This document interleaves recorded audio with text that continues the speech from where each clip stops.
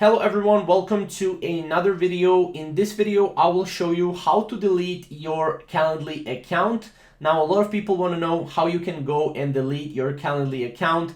If you don't want to use your Calendly account anymore, you can simply delete it. And this is how you can do it. So first of all, make sure you log in into your Calendly account and make sure you don't have any scheduled events, and make sure everything is up to updated pretty much. And then once you have that, you can go here to the account and make sure your billing is also all cleared up, and then go to the account settings, because you don't want to go and you don't want to delete an account if you already have paid for a full year for your Calendly account.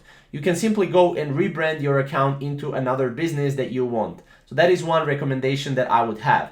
Then go to the profile, and here go just to delete account. Here you can just click on delete account and you will be able to delete your Calendly account successfully. It's very simple, it's very easy. Obviously, if you want more Calendly tutorial videos, then definitely go and check out our channel. We have a lot more Calendly tutorial videos for you. But if you have any questions, or if you want more Calendly tutorial videos, comment down below and we will see you in the next video. Thank you guys for watching.